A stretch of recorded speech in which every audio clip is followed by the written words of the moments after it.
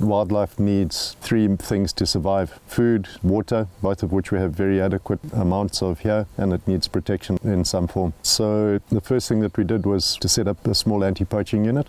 In the first season it was just 12 guys. I chose those people specifically as poachers, ex-poachers that we'd turned, who knew the area very well and were very, very competent bushmen. A few of the others were ex-military.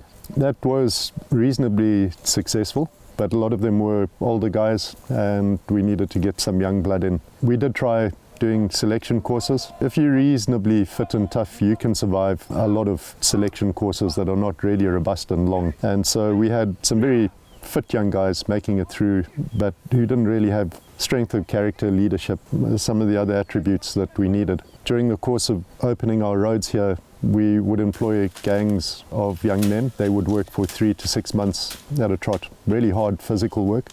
So I started selecting from the road gangs. You know, these guys, they had 6 months over which they could show weaknesses in their character, and it ended up being our preferred way of choosing people.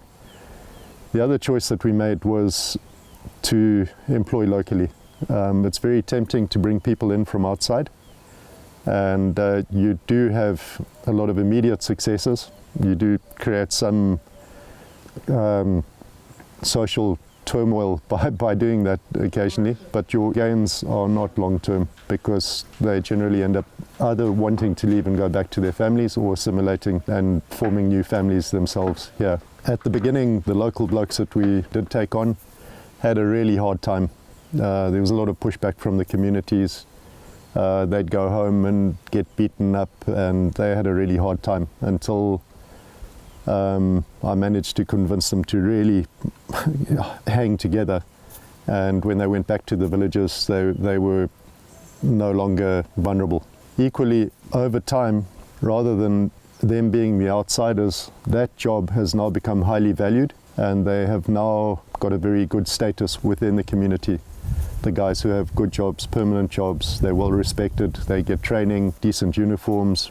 So it's become quite a prized position, and one that carries a certain status in the communities now. Further to that, it means that we now have a mindset that is invested in protecting the area, and they take that mindset home to their families, and that message spreads through the communities. And now the people who have been engaged in illegal activities have become the minority, and you get a lot of peer pressure from within the communities that is really, to a large extent, reaching a turning point where the communities are becoming the actual guardians of a resource that they now understand to be valuable to them and to the future of their families.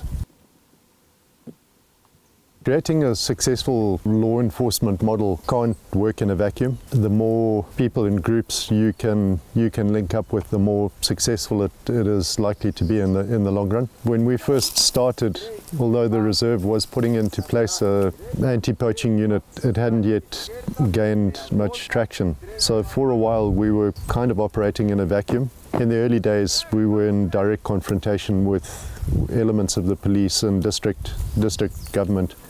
I actually used to call it the district barrier, because it was just so difficult to get anything done, either in terms of the security of the place or in terms of education or health. There was just this, they shut you down on every level.